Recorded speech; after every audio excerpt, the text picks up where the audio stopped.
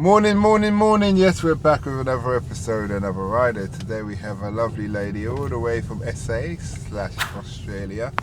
And she's going to tell us about her industry and what she does. And it's very interesting as it goes. And nice to have you here today. Yeah, Lucy. It's good to be here. This is really cool. Okay. So tell us this, what is it you was doing you're born at Furthermore. What were you like when you were in school? What was I like when I was in school? I loved art. I've always been really fascinated with like colour and expression, and I wasn't very studious. I did well in like English and art, but I was sort of there for my friends, really. Okay. Go along to get along kind of thing? Yeah. Okay, so when you left school, what did you want to be? Sure, I had no idea what I wanted to be, which is why I sort of took time off, and I really didn't know. I knew that I didn't want to be something like a lawyer or an engineer or an architect. I wanted to do stuff with people, and I've always been fascinated by like art. I guess I thought I wanted to go into art, to be honest. But then when I started looking into it, it's quite a it's quite a pretentious world.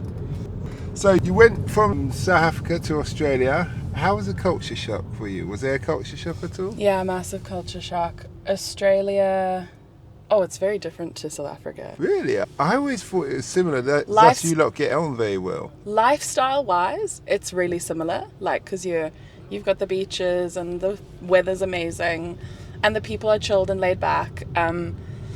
But South Africa, I guess, is quite different in the way that we sort of like talk about our complexities and our differences. And Okay. I mean, apartheid is like a household word in South Africa. And yeah, I guess it's also just different because in South Africa you're sort of faced with the inequalities between different people on a day-to-day basis. You can't drive down the street without realizing your privilege. Does that depend on what part of South Africa you're in? Yes, for sure. But I mean, the disparity is, you can see it everywhere.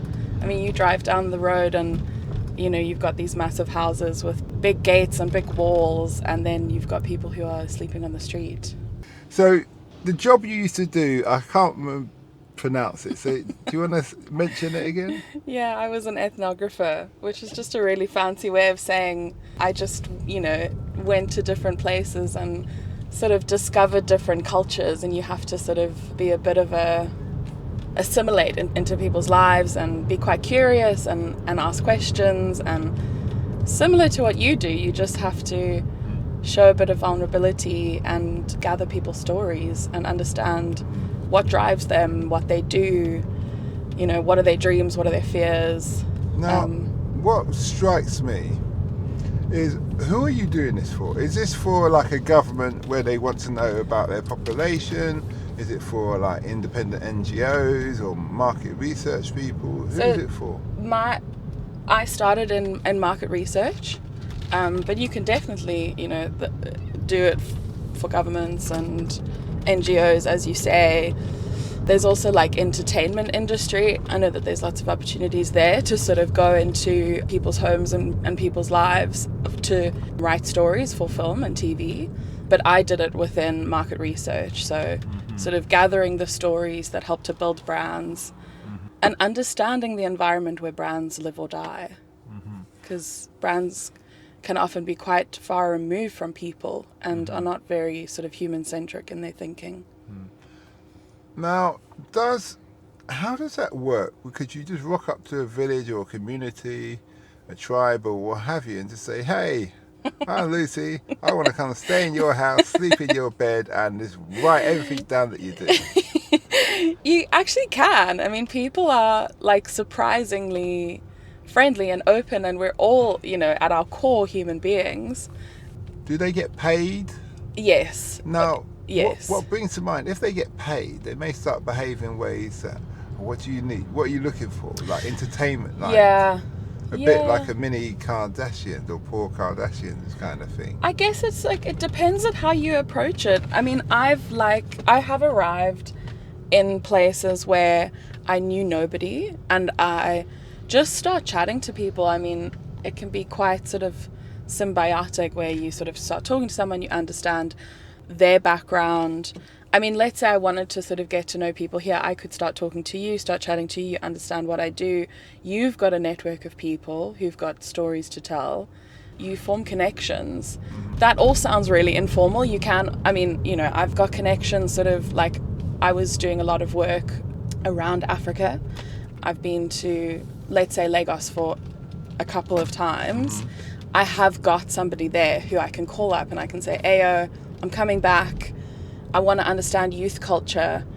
I want to go to a bunch of nightclubs. I'm going to go to a bunch of bars. Can you please connect me to someone who's like 25, you know, really up and coming, who knows a bunch of like creative people like DJs and artists and, you know, and from there, the human connection is as authentic as you make it. Do you know what I mean? Like it could feel very Kardashian-esque if you sort of hand someone like a microphone like this, but it's exactly this. I would sit in front of people, often it's filmed, but I would, you know, you film on your phone so it's not weird and invasive and doesn't feel like production.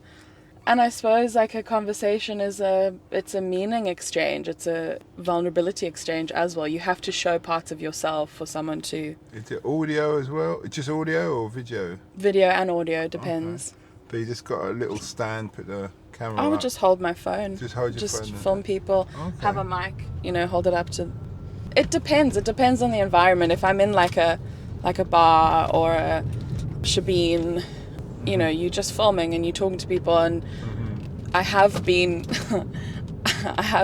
almost actually arrested in Nigeria. I was sort of taken to this back room and we had got permission to film, but you know, it someone can be a bit wanted a tricky. bribe or someone suspicious? Yeah, it was something like that, but luckily the chick that I was with, she's hardcore and she got us out of there, but it was quite scary. Okay, yeah, the Nigerians don't play around. No, they don't. They're very serious, but big But on they pride. they work hard and they play hard. They're an amazing group of people. Yeah, okay.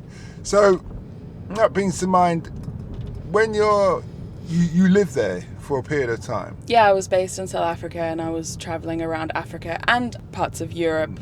I'm referring to when you're doing a project, you go and live with the family or the group of people. Or you just there for a couple of hours? It depends. Yeah, I mean, I have done projects where I've sort of stayed with a family.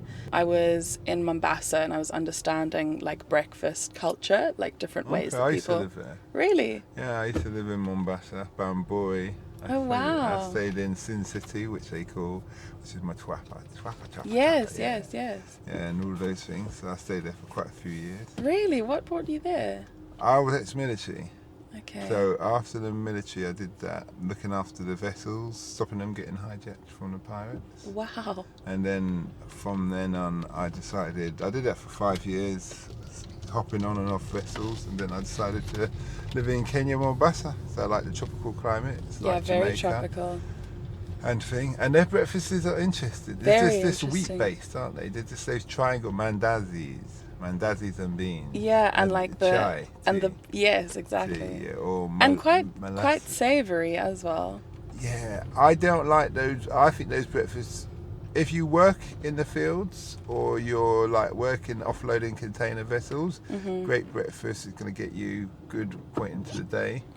But if you're in an office, it's going to make you fat. Yeah, it's very It's just gonna heavy. make you fat, Imagine me, I had to go to like 5 different homes, you know, before 8 a.m. You were Swahilis, were you? Say again? Were you with Swahili people?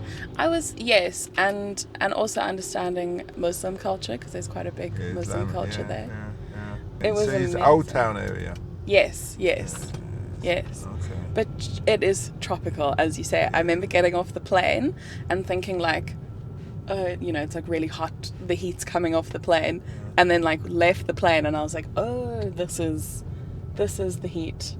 This is what we're facing. And of course, like, you know, you have to cover up there. Yeah, in Old Town. Yeah. And I take it you didn't go out at night, No. walking around. No. Yeah. Some of the evenings, but I was with a guy that I know there, Alex. He's actually from Nairobi, and I've done quite a bit of work with him in Nairobi. But we didn't really... Yeah, I understand. I think I was there, I was there for a couple of days. Have you ever had a situation where things got a bit scary and you had to, apart from the Nigeria situation, that you had to just call it a day on that one? It's like, you're not going to get any more information from them. Yeah. I want to say, like, that situation in Nigeria was probably the scariest that I've been in because, as I said, like, I mean, people are strange about filming anyway. I think, and we're talking like 4 or 5 years ago, longer even actually. No, yeah, 5 years ago. And the world's come a long way since then. But like, I remember I was sort of interviewing these two guys outside a mall in Lagos, and out of nowhere, like these big guys came up to me and were just like, "Come with us." And I had a camera back then, and I just remember taking the memory card out because this is like a couple million project, and I just put it in my bra, the memory card. And I remember being like, if they ask, I'm just gonna play dumb, like, and hope for the best. And so they took me to this back room, and luckily, like, AO had been sort of standing further away, and she came with. And, it's illegal to bribe, but I'm pretty sure that's what... Yeah, that's what they want. Yeah. And I had cash on me because I was paying people. But I remember thinking, like, I just remember being quite stubborn and thinking, like, no, this is not right. Okay. But also just looking to AO to be like, how do we handle this situation? Yeah. I don't want to be... So AO is like your fixer, your person on the ground who's meant to sort all this yeah, out. Basically. Yeah. And she had some words with them and we were let go, but that was really terrifying. We've had times where... I've definitely been in, like, some taverns and some shebeens where, I don't know, people are quite drunk and rowdy, and then that starts to feel uncomfortable. Mm-hmm. It sounds like it's surrounded quite a bit of nightlife. Yeah, it depends on the project. I've done... This is, like, a cross-category, so for, like... alcohol, personal care. So like when I was in Ethiopia, I was understanding like what are the sort of the semiotics of honey, like what does it look like, what does it feel like, how should we talk about it verbally and visually, how... For market research. Yeah, and this was sort of to feed an innovation, like a new product development, all the way from like the product to pack to comms. Are they asking this information they want to market something to the Ethiopians, or are they... We were doing it for a couple of markets in Africa. Oh, okay. I think it was Ghana, Angola, Ethiopia, Nigeria. And you're basically so you're like it's due diligence you're doing really, within reason. Yeah, and gathering the sort of like, what are the behaviors, how do people understand it? So like, honey looks different wherever you go. Like in South Africa, it's this gooey, golden, beautiful stuff. Whereas you go to like Ethiopia and you go into like the mountains where they produce honey, and they produce a lot of honey, and it's this like thick white. It actually looks quite buttery, and it's got bits of bees in it. So it like looks and feels different everywhere. Is the one in SA, is that more processed? Yeah, way more processed, way more sort of Eurocentric, I'd say. Oh, okay, yeah. No, it just struck me that obviously Europeans have a way of always having to process things to make it kind of acceptable, but they actually reduce the value, you could say, the content. Absolutely.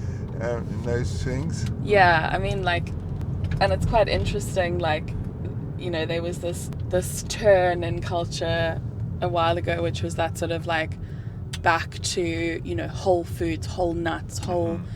And Africa's been doing that the whole time. The vegan thing is a classic. Ethiopians are vegans for 3 days in the week. Yeah, exactly. You have Rastas who've been vegans since there was Rastas. Yeah. And stuff. What have you learned that you wish you knew when you had started in this industry? The first thing that came to my mind was, and I suppose it's also like life, but like ego's not going to get you anywhere. I'd say like ego is the biggest deterrent, both like professionally and personally. You're dealing with people, aren't you? So you need to be humble. Yeah, You want them exactly. to offload. Humility. And I think also just like be authentic, be yourself. And it sounds so cliche, but it really is that thing of like, I don't know, I look at 21-year-old me starting out. I just turned 30 now. And my career has taken like I'm still in, semiotics is just a fancy way of saying I understand like verbal, visual, what are the needs, what are the emotions around, big. So what you do is anthropology. It's essentially, it's and at the moment we call it visual anthropology. It's just, it's understanding culture and behavior and people and interpreting that into ways that brands can sort of talk to people in a really relevant way. And you can do that for many industries. And I suppose what I've learned is just be authentic and don't try and fit into a box, because it's really uncomfortable when you're not being yourself and you don't bring all of your sort of magic to the table. So what you do is strongly about personality, because obviously to look at you, you're in Africa, but you're a white lady and you're probably going to the poorer parts, the parts that haven't been researched as much. So you have to be just a great person, just a likeable personality, because they're going to look at you with somewhat suspicion anyway. Absolutely. Umlungu. Alungu. I've been called all versions of Umlungu. Mzungu. Yeah. For the listeners out there, Mzungu is a word for foreigner in Swahili. It usually means white people. I used to refer to myself as a black Mzungu, but they generally means European white person. Yeah, it basically means white person. I remember going into like a home I think it was somewhere in Kenya, and this baby had never seen a white person in its life, and it took one look at me and burst into tears. And obviously thought that there was something wrong with me. Okay. Yeah, it's an interesting thing, and I really grappled with that, with, being a white person going into black people's homes and gathering story. Majority black people, but, Africa is. And it is a contentious thing. It feels a bit like, a white person taking. But at the end of the day, what it is it's gathering stories to make people heard, which is important. One is like making stories like to allow people to be heard, but another thing is gathering research for a corporation to make business. Is that correct? Yeah. Okay. So on the side of making people heard, are you telling their story as a kind of a bit of a journalist, publishing it, something like that? No, it's purely for internal. It wouldn't, unless we had permission, maybe for like a case study or for like a segmentation that's brand agnostic. But yeah, I think like the part of me that, studied humanities and was all about like understanding different cultures and, how it's really important to have everybody's story told and removing bias and blah, blah, blah. I always sort of struggled with the fact that it's like, this is ultimately to help the big corporates make money. What had been your mindset at the start to how it's changed throughout the years? Because they say travel widens the mind. So you may have had a certain mindset when you started to how you look at things now.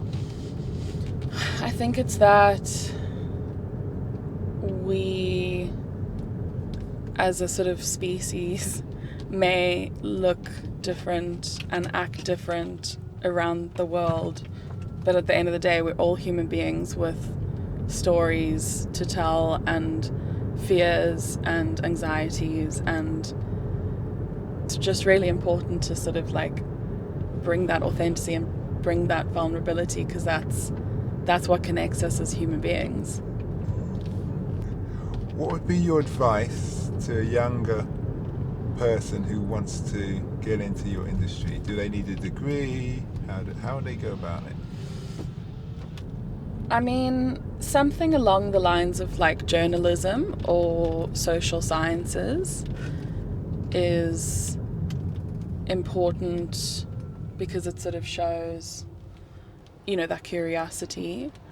But, and I don't know, I think a degree is great, but I don't think... What degree did you do? I did a social sciences degree, so I majored in gender studies and history. Tell me a bit about gender studies, because that's probably another topic, whole other debate. But what kind of thing they teach you in gender studies? I hear people talk about on social media, gender studies, but it never occurred to me why we would understand gender studies, why you'd want to study it. Because we kind of live it, whether we like it or not. Yeah, it's a funny one. I mean, in America, they call it like women's studies. I think that's changed now, though. Okay. But gender studies... So I sort of specialize in African gender studies, and what that is essentially looking at history through the lens of different genders and understanding that there's different lived experiences, and certainly sort of like looking at the constructs of society and how we sort of there's capitalism, there's patriarchy, and that means that people have different experiences. So, and particularly in Africa, it's sort of mainly looking at the colonial history, but then also through the lens of what that means for women. So it's about intersectionality, really. So, okay, so they never talked about before colonialism and how the culture is, because that's still No, we did. Yeah, we did. I mean, we covered a lot. I mean, we're talking... When did I study? Like 2012. Like yeah, what was that, 10 years ago? But yeah, I mean, we covered a range of, from before, and again, like how sort of like structures of power played out. They're all just different structures of power. Okay. We still live that today. Yeah, I would say, yeah, because Africa's more about practicalities. If I'm strong at something and I can defend you, then I'm going to be this position and you're going to be that position. Yeah, exactly. I mean, it's very rooted in like traditional mindsets, and then religion plays a part, and then different sort of like when colonialism happened, and then decolonial, it's all just different power structures. Yeah. What would you say to your 16-year-old self? I would say have fun. It's not all that serious. I'd say like you'll work it out. Don't be so hung up on what it's going to look like, what you're going to be, what you're going to achieve. I'd say like, obviously work hard and work out who you are, but like have fun and find the joy in life. That's what I would say. Okay, I hear you. If the world was standing in front of you and they wanted 7.5 billion people, and they were looking at you, Lucy, and saying, we want one sentence of advice based on your life experience so far, what would that be? No pressure. Yeah, wow, these are deep questions for, what are we, we're before 8 a.m. Again, are you ready for those? You're going to be throwing these questions at someone else. I'm going to be like reeling on the train. My advice would be pursue connection, because everybody has something to teach you, and honestly, connection and love are what drives us. And again, like, I feel like there's so much pressure to like be someone or do something, and I guess like your 20s are just about like being different people and trying all of those hats on and making mistakes. Like, don't be afraid to fuck up, because that's where the learning is. Can I swear? Sorry. Yes, you can. Like, just go for it, We're all trying to work it out, and actually I think that everybody is still working it out. There's, you sort of grow up thinking like there will be a point where, oh, okay, I've got it figured out. I don't think that point exists. So that's where I fall back to like connection and love and authenticity is what drives me, and I suppose like seeking out what drives you and what brings you joy. Okay. Well, thanks a lot for that, and we wish you well. Is there anything that if somebody wants to find you, is there any way they can find you, or are you just a private person regarding your research specialist? I mean, I do have an Instagram, but it's not very exciting. Okay. My name's Lucy Loops. But Okay. Well, yeah, I mean, thanks a lot for that, and we wish you well. thank you. This was really interesting. This is a cool thing that you do. We hope that episode enhanced your life. We post an interview every day as well as vlogging on our social media channels.